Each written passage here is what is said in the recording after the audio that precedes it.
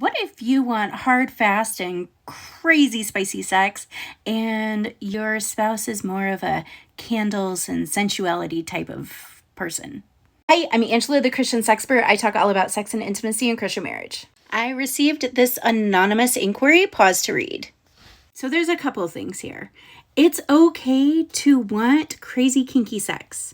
That doesn't mean that there's something wrong with you. It does sound like you might have some trauma that is worth exploring with a therapist, so you can get a better handle on what is a trauma response and what is actual sexual fantasy and desire. Because it is common for victims to try and process trauma through their sexual fantasies and desires.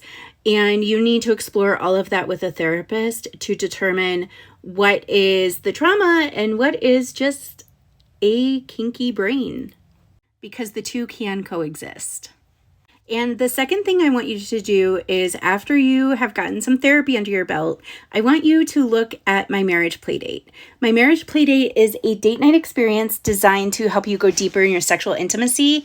And it's a list of over 500 spicy activities. And what you do is you and your spouse both go through and you rate each activity on how much you would want to do that activity, and then you come back together, you compare notes and see where you line up.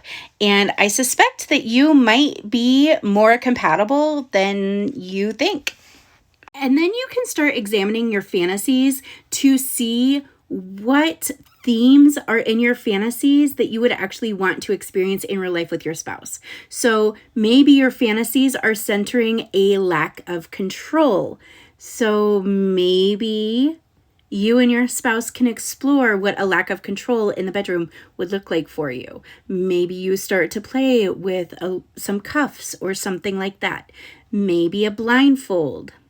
There's lots of options when you are ready to start exploring that. I'm fully confident that with some therapy and a couple of tools, you can have really awesome sex with your spouse.